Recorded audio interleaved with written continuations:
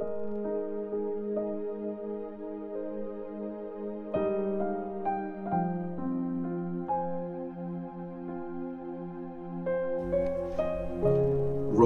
chapter 5. Matuwid sa harap ng Diyos. Ngayong tinuring na tayong matuwid sa harap ng Diyos dahil sa faith natin, maayos na ang relationship natin sa Diyos dahil sa Panginoon nating si Jesus Christ. Dahil sa Kanya, nararanasan natin ang sobrang kabaitan ng Diyos sa buhay natin ngayon. Kaya nga, natutuwa tayo sa pag-asang magkakaroon tayo ng share sa kadakilaan ng Diyos. Hindi lang yan, natutuwa rin tayo kahit na may mga problema tayo. Kasi pag nahihirapan tayo, natututo tayong magtiis. Dahil sa pagtitiis, nagiging matibay ang character natin at nagbubunga to ng pag-asa. Hindi tayo binibigo ng pag-asang to kasi binuhos na ng Diyos ang pagmamahal niya sa mga puso natin sa tulong ng Holy Spirit na binigay sa atin. Kasi nung mahina pa tayo, namatay si Christ para sa mga masasama sa panahong pinili ng Diyos. Walang gustong mamatay para sa taong matuwid. Mahirap yan. Pero para sa mabuting tao, posibleng may sumubok pang magbuwis ng buhay. Pero pinakita ng Diyos kung gaano niya tayo kamahal. Mga makasalanan pa tayo nung namatay si Christ para sa atin. At hindi lang yan. Ngayong tinuring na tayong matuwid ng Diyos dahil sa dugo ni Christ, maliligtas din tayo sa galit ng Diyos. Kahit kaaway tayo ng Diyos dati, ginawa niya tayo mga kaibigan kasi namatay ang anak niya para sa atin. Ngayong kaibigan na tayo ng Diyos, mas siguradong maliligtas tayo dahil sa buhay ni Christ.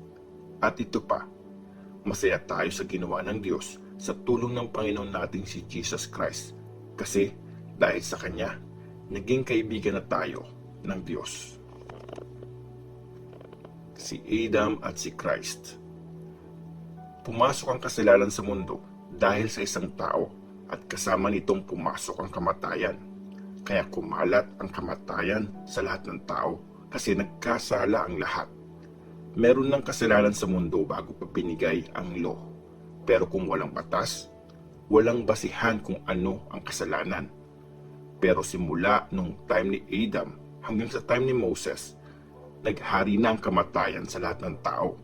Kahit doon sa mga nagkasala na di naman kagaya ng kasalanan ni Adam nung di niya sinunod ang Diyos. Si Adam ang image ng isang taong dadating, pero hindi sila pareho kasi magkaiba ang regalo ng Diyos at ang kasalanan ni Adam. Marami ang namatay dahil sa kasalanan ni Adam, pero mas malaki pa dyan ang kabaitan ng Diyos at mas malaki rin dyan ang regalo niya sa maraming tao.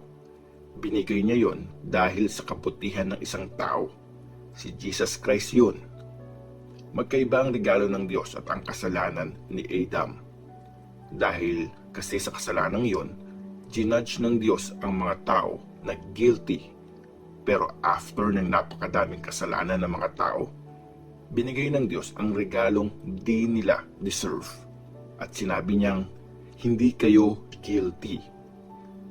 Totoong dahil sa kasalanan ng isang tao, naghari ang kamatayan. Pero mas malaki ang naging epekto ng ginawa ng isang taong si Jesus Christ. Dahil kay Christ, lahat ng tumanggap ng sobra-sobrang kabaitan ng Diyos at ginawang matuwid sa harap niya, lahat sila magiging matagumpay sa buhay. So, kung naparusahan man ang lahat dahil sa kasalanan ng isang tao, pinalaya naman ang lahat at binigyan ng buhay dahil sa matuwid na ginawa ng isang tao. Naging makasalanan ang lahat kasi hindi sumunod ang isang tao. Pero gagawing matuwid ang lahat sa harap ng Diyos dahil sa pagsunod ng isang tao.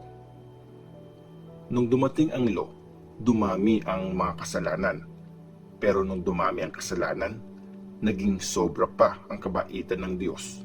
Kaya kung paano naghari ang kasalanan dahil sa kamatayan, ganun din naghahari ang sobrang kabaitan ng Diyos dahil sa katwiran. Dinadala tayo nito sa buhay na walang hanggan dahil kay Jesus Christ na Panginoon natin.